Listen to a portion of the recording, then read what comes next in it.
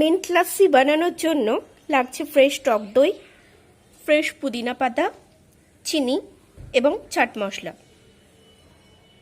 এবং এগুলো একসঙ্গে আমরা ব্লেন্ড করে নেব। পুদিনা লস্যি তৈরি হয়ে গেছে। ঠান্ডা ঠান্ডা আইস কিউব দিয়ে পরিবেশন করুন।